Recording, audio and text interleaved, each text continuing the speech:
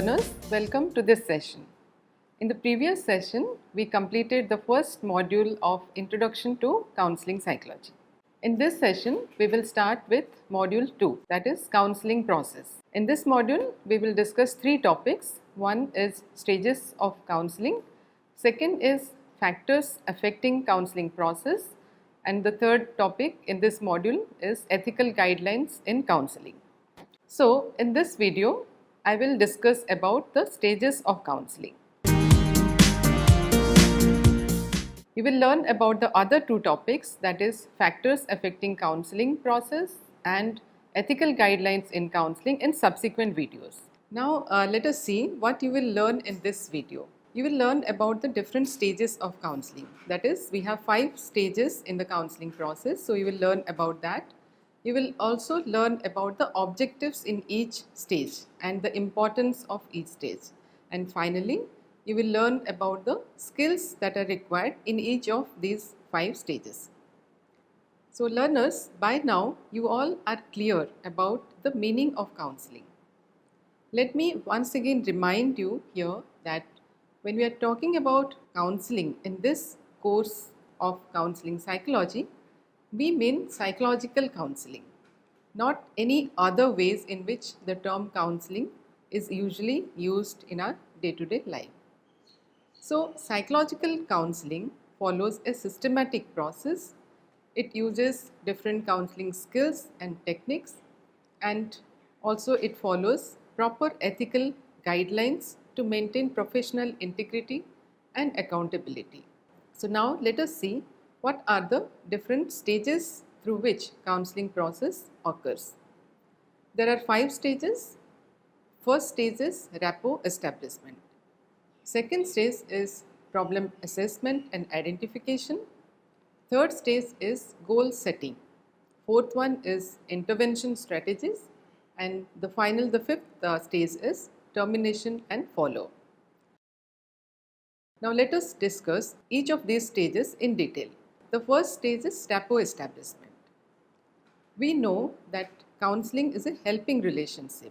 Here the counselor helps the client to help themselves. So we can see here that it is a facilitative relationship.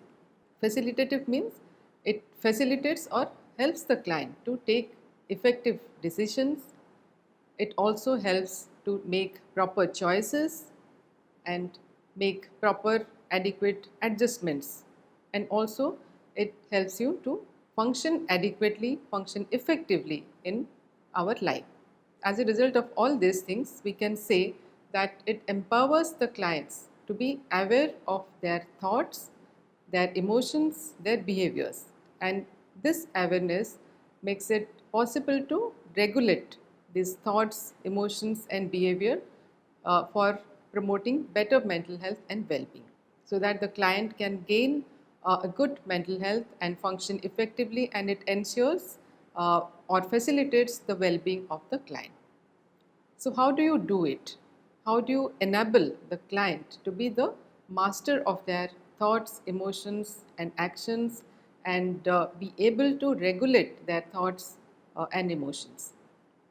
So how do you help the clients to see things in proper perspective, so that they are able to better adjust to different situations and function effectively in different aspects of their life?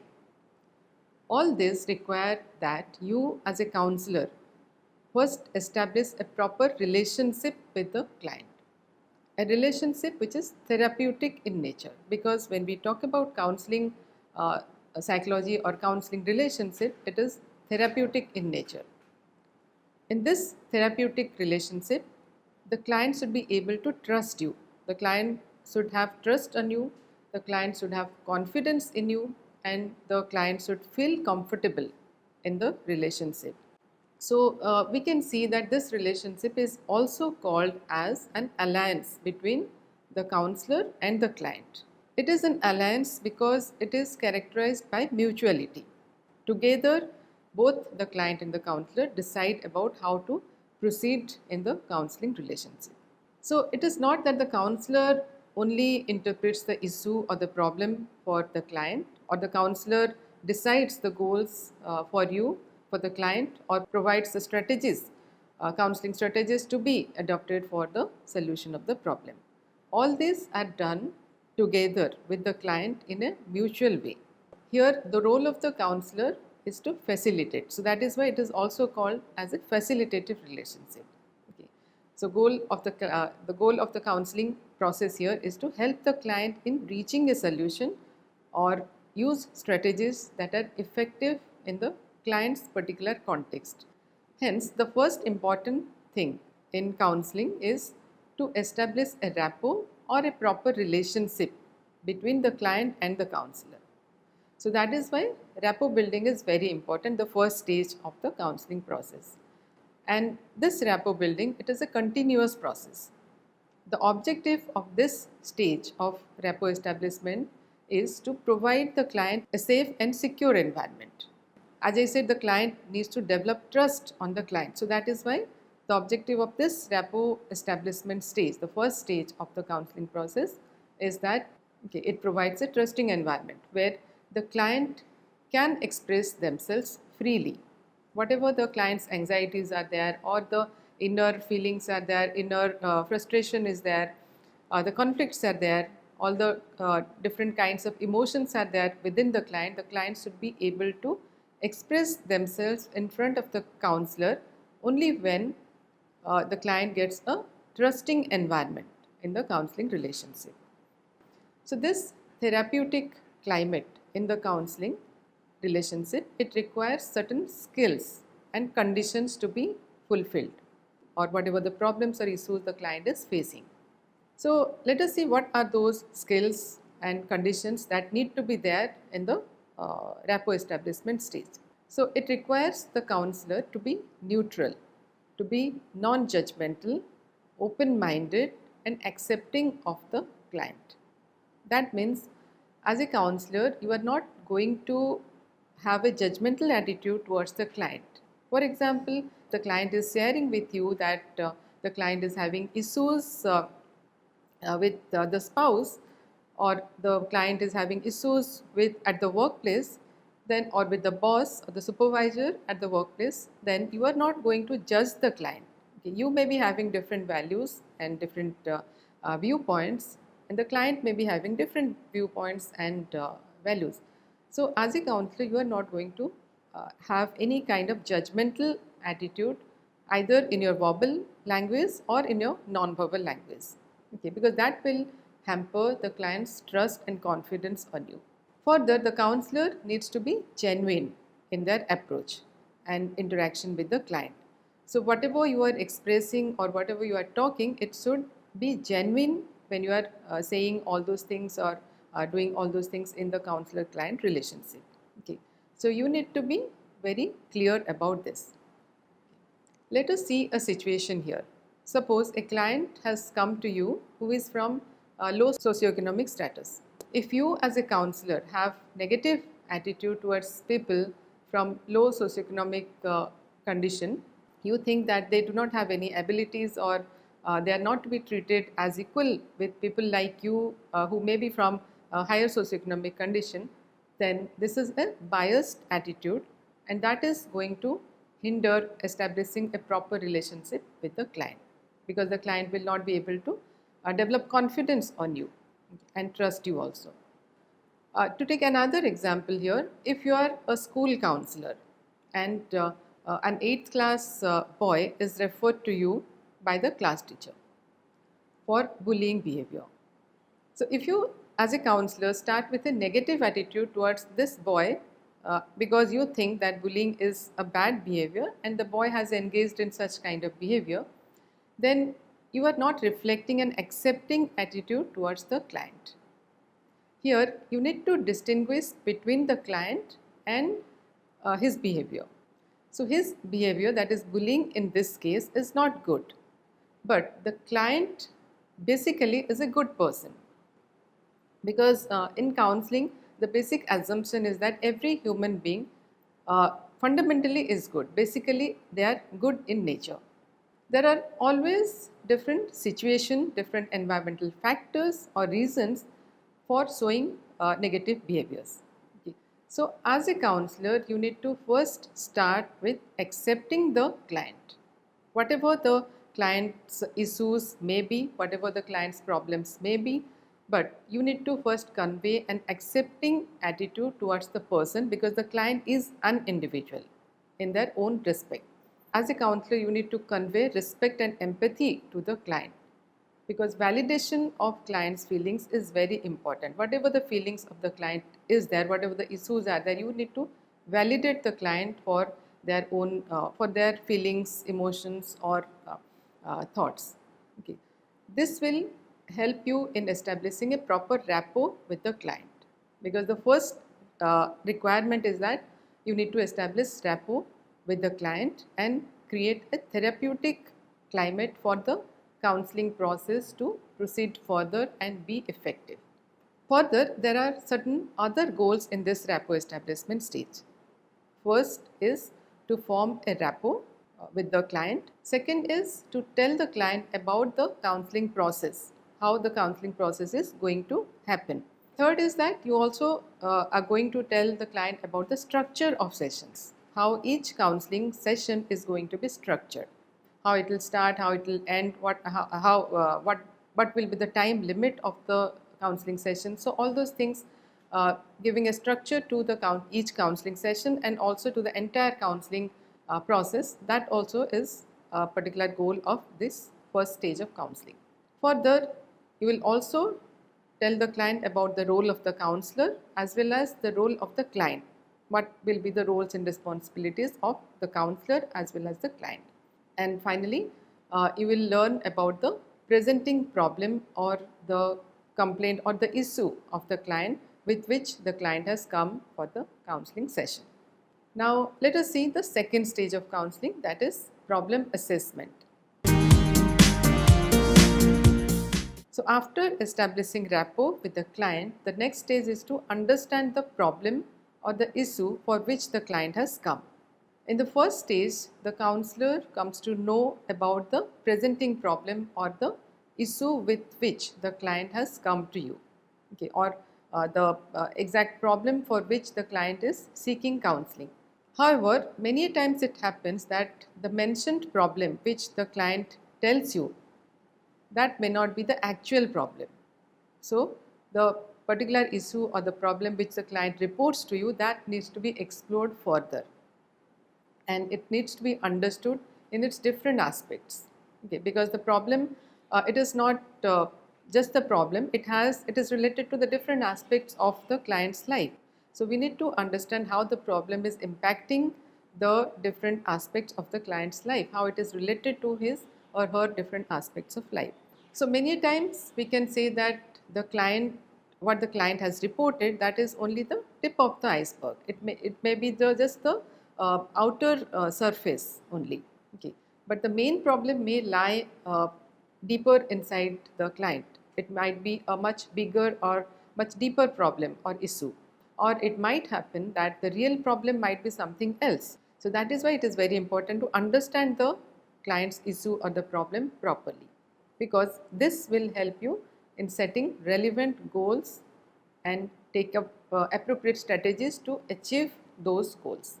So various basic counseling skills are required in this stage, such as questioning skill, skill to summarize what the client has said, paraphrasing skill, we have also reflection skill, active listening skill, then we have restatement skill and self-disclosure and so on.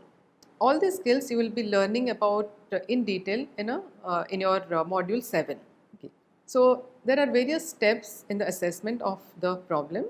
First is collecting information about the client. Second is collecting information about different aspects of the reported problem. Whatever the problem the client has reported, finding about that particular problem. Next is understanding the context of the client. And finally, administering relevant psychological tests to the client. An important aspect of problem assessment stage is taking case history and interviewing the client. Further, mental state examination can also be done in this stage depending on the nature of the issue or the problem. But you can note here that case history involves detailed information about the client, starting from their childhood development. There are different developmental milestones to educational achievement and career aspects and medical history also. Okay. Sometimes the case history is taken as part of the first stage itself. Okay. And why do we collect his case history? Basically, history about the client. The objective of collecting case history is that you gain information about the client, about the different aspects of the client's life. Because whatever the problem or the issue the client has come with, it is related to the different aspects of the client's life. So that is why we need to collect case history about the different aspects of the client's life. It might throw some light on the problem. For example, from the case history, we can know that the client had a difficult childhood, as there was constant conflict between the parents and the client. So this might have impacted her interpersonal relationship in later life. So that is why information that we collect as part of the case history, that is related to the problems or the issues that the client is facing in the current life. Similarly, mental status examination, it includes assessing cognitive aspects, social aspects, affective aspects, judgment and insight. The client's physical appearance and non-verbal body language are also noted as part of mental status examination, or we call it as MSE also. So thus observation, interviewing, case history taking, mental status examination and test administration are included in the process of problem assessment. All these help in identifying the problem and describe the nature of the problem, the duration of the problem, frequency of the problem, how many times the problem is happening, the issue is happening with the client, or what are the factors that are contributing to the problem, and so on. So case history and mental status examination, these two things play an important role for understanding the particular issue with which the client has come. Further, it also leads to the formulation of a diagnosis after developing an understanding about the problem. Sometimes alternative diagnosis may also be made, pointing to different possible causes of the problem. So let us see the third stage now, that is goal setting. Diagnosis of the problem helps in setting goals. When you are diagnosing the problem, that will help you in formulating different goals and taking action to achieve these goals. And here the goals are mutually decided. The client and the counselor both mutually decide what kind of goals they want to go for. And these goals can be short-term in nature or it can be long-term in nature also. Short-term goals include immediate solution to the problem or immediate alleviation of the client's suffering or the symptoms or issues that is causing stress to the client or that is affecting the adjustment of the client to the surrounding, or it might be affecting the functioning of the client and hampering the well-being of the client. So short-term goals immediately address these symptoms or issues which the client is facing. Whereas the long-term goals in counseling relationship, it includes building the resilience in the client, or it aims at making the client more confident or improving the interpersonal relationship of the client, or it can help the client adding more meaning to their life. Okay. So all this help them to flourish in their life or maintain a good mental health and psychological well-being. So the goals, counseling goals, are mutually decided by the client and the counselor, and the objective of this goal setting is to give direction to the counseling process. It focuses on the outcome. So the client gets to have something tangible on which to evaluate the outcomes of counseling. The client can know that yes, I am able to achieve these goals, so that the client feels that I am progressing in counseling. Okay. So this motivates the client further and makes the counseling process result oriented. However, care needs to be taken that the goals are achievable, the goals should be time bound and are realistic in the client's context, because if the goals are not achievable, the client will feel frustrated. Okay, so that will not help the counseling process. Now, the next stage is intervention strategies. This is the fourth stage in the counseling process, where actions are taken or strategies are used to achieve the goals that were decided mutually. And these intervention strategies are also decided mutually. The client then tries out these strategies to bring about changes in their thoughts, feelings, and behavior. These counseling techniques and therapies help the client to adapt, to adjust to different situations, to develop new patterns of behavior, to function more effectively and be more resilient. These intervention strategies also help the client to bring about positive changes in their life and live an effective life. Thus, the objectives of this stage is to use strategies or techniques to achieve the desired results or outcomes in counseling. The use of counseling techniques and therapies depend on a variety of factors, such as the counselor's theoretical orientation, the client's nature, how is the client's personality, and also the nature of the client's problem and the client's background. Okay. The client might have tried out earlier treatment also, earlier methods also, and also the time factor. So all these factors influence what kind of intervention strategies we are focusing on. If the interventions that are used do not yield the desired results, counselor again goes back to the problem assessment stage. Both client and counselor again discuss the problem, different aspects of the problem, gain a different perspective, and then set further goals, and then adopt further counseling strategies to achieve those goals. Now let us see the final stage of the counseling process, that is termination and follow-up. The final stage is termination and follow. Once the counseling goals as decided are achieved, it is time to terminate the counseling relationship. As you know, the counseling relationship is formed for a purpose with an objective in mind. That is to help the client adjust or resolve difficulties, manage stress, be effective in whatever they are doing, or live a meaningful life, okay, or bring about positive changes in their life. Once these counseling goals are achieved, it needs to be terminated. It cannot go on for a longer duration, because otherwise it will defeat the purpose for which the relationship was established. That is to make the client independent and to facilitate the client to be able to solve their problems on their own.